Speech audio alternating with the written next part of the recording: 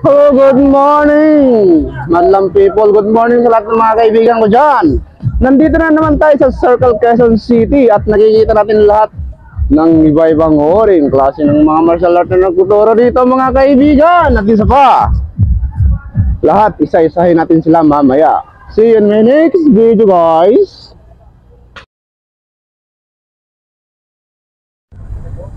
Okay, good morning po. Ako po nga pala si Teodoro Buban Jr., founder ng Philcats MMA. So, ito pong martial art namin, ito po yung martial arts system na pinaghalo-halo. Combative po siya. So, hindi po siya ito pang sports. So, ito po yung pinaghalo ng kickboxing, combat aikido, Filipino martial arts, knife fighting at saka ground fighting. So ginawan ko po ng isang sistema. So yun po, tinayo ko po to nung March 2012. Bali 11 years na po to ngayong taon na to. So ito po ito pong Philcats MMA, naka-restore naman po ito sa SEC. Bali, hindi po kami kolorom, baga.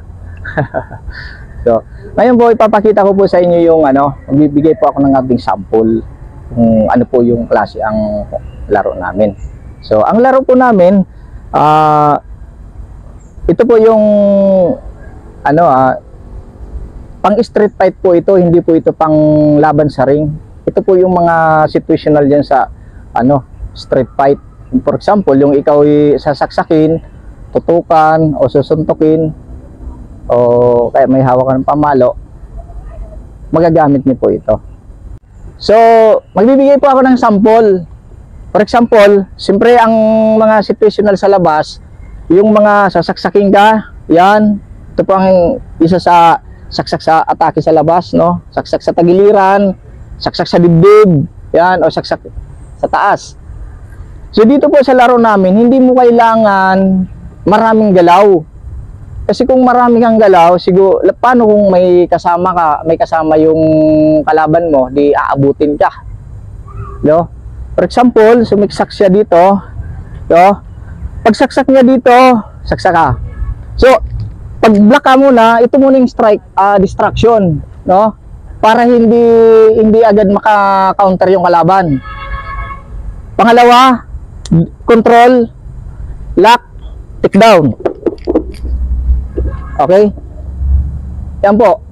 Hindi mo kailangan masyadong maraming galaw. So bahala ka na kung anong pwede mong gawin dyan. Pinasa sayo na po. Okay.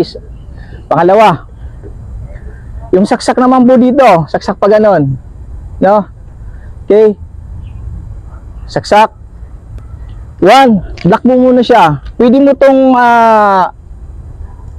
injure din, or pwede mo lang siyang i-distract tapos i-lock mo siya.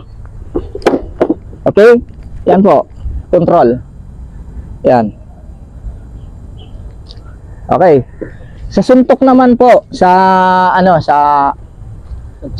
suntok. So yung ibinigay ko po sa inyong technique, pwede nyo po yung i-apply sa panuntukan lang. Alin ba, sumuntok yung tao straight, yung binigay kong technique kanina, same lang yon. Okay, tingnan, suntok sa mukha, one, boom, bang, lock, same lang po yon. Pwede nyo siyang i-apply dun sa kahit wala siyang kutsilyo. Okay, okay, sa tutok naman, magbigay po kayo ng tutok. Ano po ba yung karaniwang tutok sa labas? Okay. Tagiliran, ito. Yan. Pag ito pong ganyang sitwasyon, tutok, huwag niyong ihansap lahat. Kasi kukuha na, monitor niya na eh. Kailangan itong isa lang. Ito nakababad na dyan. So, unang hakbang, twist mo yung katawan mo, labas na yun doon. Okay? Yan. Control mo siya. Pagkakuha mo niyan, pwede mo siyang lock mo siya, Diyan na po yung kutsilyo niya. Okay? Okay. Bahala ka na kung anong gusto mong gawin doon. So, pangalawa, ito. Ito, pag nandito naman ang tutok, hands up mo lahat. Huwag na kaganito kasi ang layo ng ano niya, tatakbuhin niya. Kailangan hands up ka, halos dikitan mo na siya. Pagkatapos niyan, tulak mo lang, sabay step. Boom! Kaya natin gini-jerking saka distraction para masira yung balance niya, no? Kasi kung halimbawa hindi mo siya yan, for example, hindi mo siya ginanito mo lang siya, atakin yan, manglalaban yan. So mga counter ka. Kailangan ang gagawin mo ang isang unang hakbang, jerking. Sirain mo yung balance niya at saka distraction.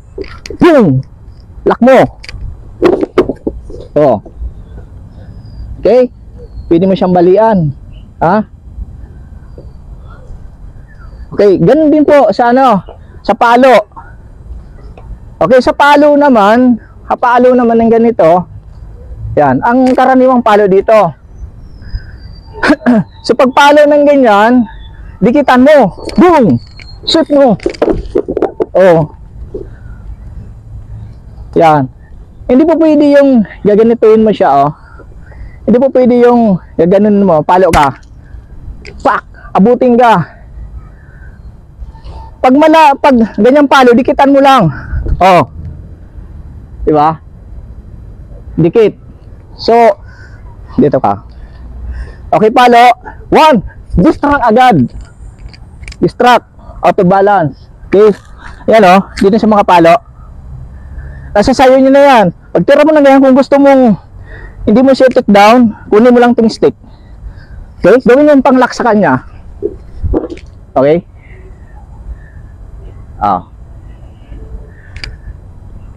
Okay.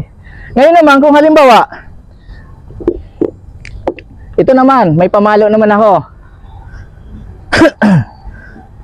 Pwede ka mag-lock ng ano. Okay? Pwede ka mag-lock nito gamit ang stick. Kuha pa yung isang stick.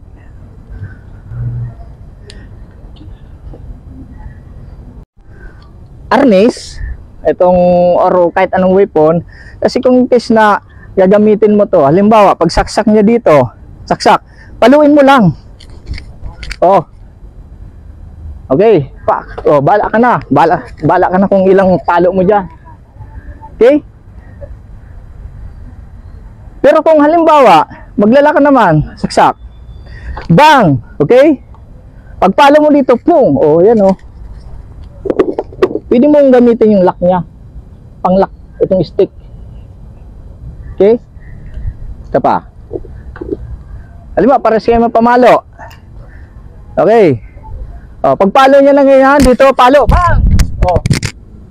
Agad kamay agad. Kunin mo to. Boom! Yan.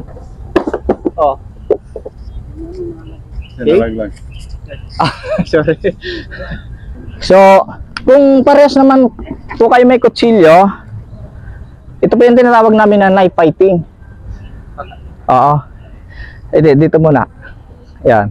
Kung may hawak naman po kayo ng kutsilyo, mas lamang pa rin naman kayo. Tingnan mo Tingnan mo Saksak. So, 1. Block, slash, and lock. Okay? Okay? Pwede mong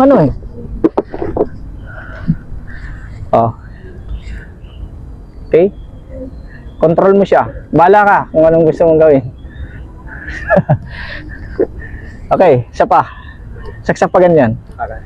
Pakal. Okay. Kung galing naman sa taas, yan mo same lang din yan, Okay? Kuha. Slash. Okay?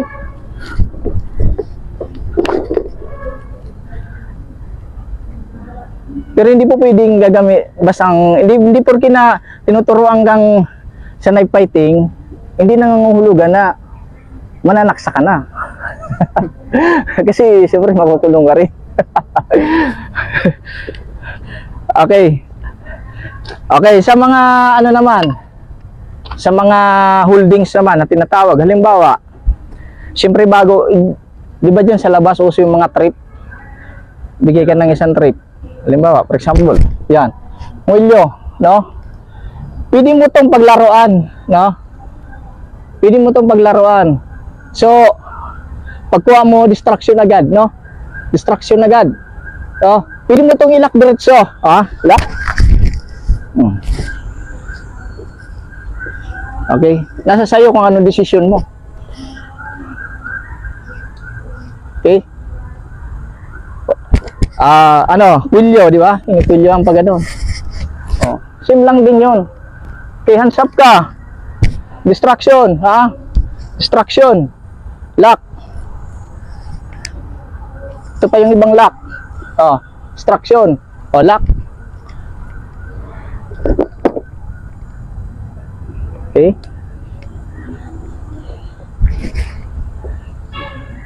Yun po yung yun po yung laro namin. So, ano pa bang kuan? Ground. Alam ba, for example, sa mga rape situation, no? Bawa. Okay. Kaya mahalaga ang ground fighting dito ba? So, magagamit mo yan. Okay. Kung halimbawa, ganyan, nakaposisyon ka yan, ganyan. So, sungkit sa mata, no? Unang-unang gagawin mo, sungkit sa mata. So, pasok ka dito, armbar. Yan. Pwede mo itong baliin. Pag binigla mo ito ng ganyan, pak, yan. Bali yan. Yan. Tapos, tulak mo siya doon. Tadyakan mo siya. Takbo ka na. Okay. Ganun din. Kaya tinutukan ka. For example, may tutok. Dito ka. Nakahiga ka ng ganun. Dito ka. Nakaluhod ka. Yan. Okay. Pwede yung gamitin mo, yung armbar. So, pag distract mo dito, yan ang kamay, disarm mo. Pag disarm mo ito, slashin mo to. Bali. Boom. Tadyakan mo doon. Takbo ka. Okay. Yun po yung laro namin. Kaya, kailangan, tinuturuan ko rin sila ng ground fighting. Kasi in case na matumba sila, kasi hindi lahat ng oras, pag napapalaban tayo, hindi laging nakatayo. Paano kung natutulog ka, or natumba ka, kailangan marunong ka sa ground fighting. Kasi, kahit anong galing mo sa suntok sipa, kung hindi ka marunong sa ground fighting, paano kung matumba ka? Hindi mo gagamit yun. Okay? Yun po yun. At saka kahit magaling ka manipa, panuntok manipa, kung nakatutok ang kalaban. Okay? For example, ito ang galing ko manipa. Paano kung nakalaslas ng paganyan, suntok sipain ko kaya to? Hindi wasak yung leg ko. So kailangan natin may knowledge tayo pagdating sa depensa. So, laslas. Hindi mo malalaslas yan. Tingnan mo, Okay. Tulak mo lang to. Ito ka agad, sorry. Okay. Yan, lock mo. Usap. Okay. Yan. Diyan mo na magagamit yung suntok sipa mo. Okay. Yun po yung sistema namin dito sa Filipino Combat Mixed Martial Arts. Yun lang po. Maraming salamat. Sana po nagustuhan nyo yung sistema namin. So, kung gusto nyo pong mag-aral, dito lang po kami sa Quezon City Circle. Yung Facebook ko pala, Chidoro Buban Jr. Yun po. I-follow nyo na rin po ako. Kahit yung reels ko. Sige, thank you po.